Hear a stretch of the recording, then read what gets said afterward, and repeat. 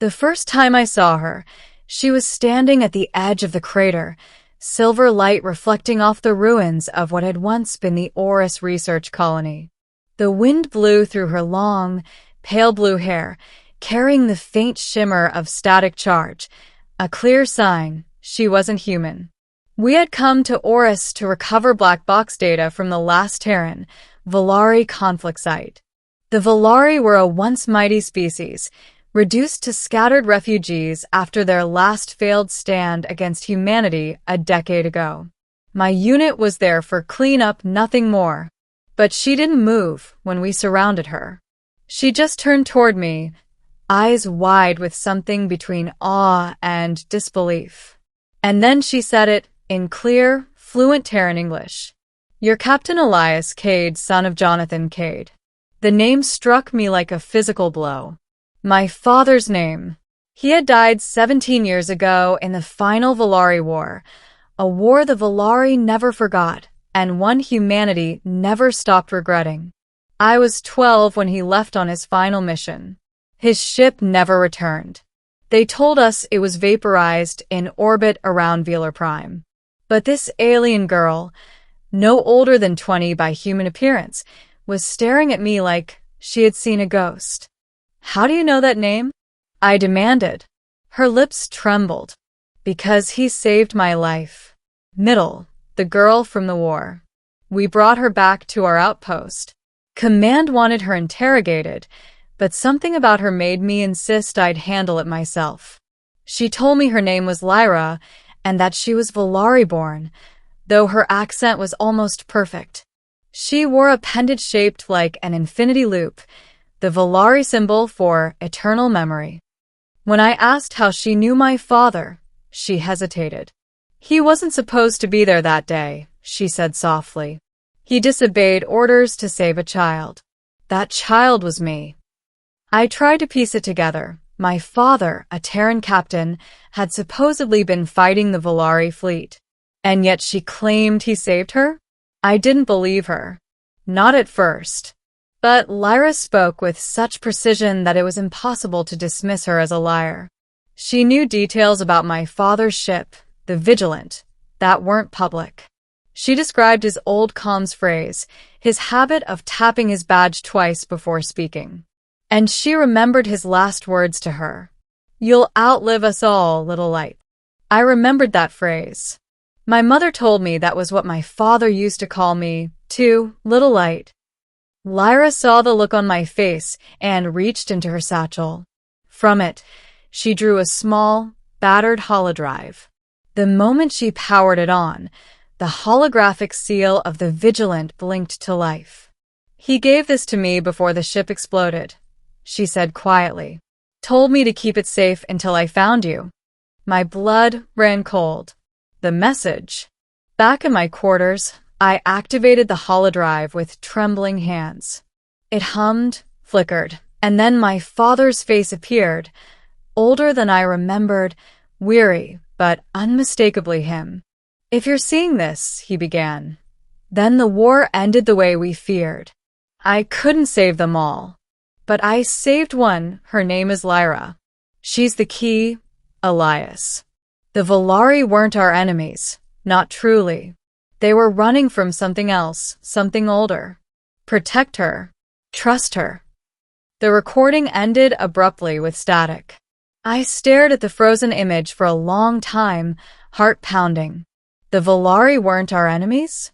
The war that shaped half the galaxy, a misunderstanding? Lyra watched me from across the room, hands clasped tightly. "I didn't want to show you this," she whispered, "but you deserve to know the truth." She pulled out another device, a Velari memory crystal, and placed it on the projector.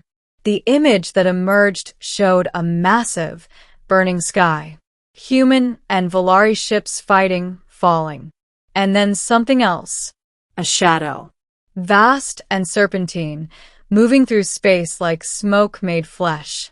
It tore through fleets without firing a single weapon. The ships simply died, their systems darkening, their crews vanishing. "The ecliptics," Lyra said.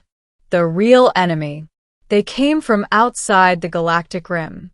My people begged for alliance with yours, but someone on your side silenced the message. They needed a war, so they got one. The truth burned through me like acid. My father must have known. That's why he went rogue. That's why he died. The hunt. When Command learned about Lyra, they ordered her detained. They claimed she was manipulating me, using false data to sow dissent. They wanted her gone before her story spread. But the holodrive, my father's voice, the evidence, it was too real. I couldn't let them silence her. So I did the unthinkable. I stole a dropship with Lyra on board and fled Oris under pursuit. The sky burned with tracer rounds as we launched. Lyra sat beside me, shaking, her eyes glowing faintly under stress. They'll call you a traitor, she said. Maybe, I replied. But so was my father. We jumped to the coordinates hidden in the holodrive. The location was deep within the Perseid expanse, a forbidden sector. There, hidden behind a collapsed wormhole gate, we found a drifting station, old Velari architecture, still pulsing faintly with energy. When we entered, the AI systems recognized us both. Access granted. A voice said in ancient Velari. Welcome, progeny of Kade.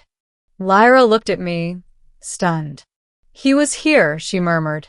The station secret. Inside the station, we discovered data archives older than either of our civilizations. The Velari hadn't built this place. They'd found it. The records revealed the truth about the ecliptics. They were not a species, but a weapon. A biodigital plague that devoured sentient networks, feeding on neural energy. The Velari had tried to fight it with psionic tech, linking minds to resist the infection. That's why they evolved so quickly. That's why humanity mistook them for aggressors. And my father, he had found this place during the war. He'd learned the truth and hidden the station, waiting for someone to return who could finish his work. But before we could transmit the data, sensors screamed. A Terran gunship had tracked our signature through the wormhole remnant. They opened fire. Lyra took the controls, her reflexes faster than mine, the ship dancing through debris like a phantom. We couldn't win a fight, so I ordered her to dive into the nebula. The gunship followed, until something else moved in the storm. Black tendrils, twisting like liquid night, reached from the void. The ecliptics. The Terran ship vanished in silence, its hull dissolving like ashen water. They're here, Lyra whispered. They've found us. The last stand. The station's power systems flickered as the ecliptics latched onto its hull. The archives were being consumed. We had minutes, maybe seconds. I sprinted to the main console. Lyra followed, the air crackling with psionic distortion. The only way to save the data was to overload the reactor, force a quantum imprint that could be broadcast before destruction. You can't survive that, she said. Neither can you, I answered. She stepped closer, her hand trembling as it touched my chest. Your father said the same thing. He stayed behind to ignite the shield. I won't let his son die the same way. You said he saved you, I said quietly. Then save me now by letting me do this. Lyra's eyes shimmered with tears, liquid silver in zero gravity. And then, without a word, she pressed her forehead to mine, sharing a brief flicker of thought, memory, emotion. I saw it. The day my father found her. The chaos of war. Him carrying a small, terrified Velari child through fire. His voice whispering, "You'll outlive us all, little light." And then, before I could speak, Lyra turned and slammed her hand against the control core. "No!" I shouted. Light erupted around her, blinding, pure energy. She was channeling her psionic link into the station, stabilizing the imprint. The ecliptics shrieked as the overload pulse tore through them, their forms unraveling into static mist. When the light faded, The station was silent. The archives were gone, transmitted, saved. And Lyra lay motionless beside the console, her pendant glowing faintly. Ending. The message that endured. 3 days later, Terran recovery ships found me adrift in the nebula. I told them what happened, not everything, but enough. Command didn't believe me.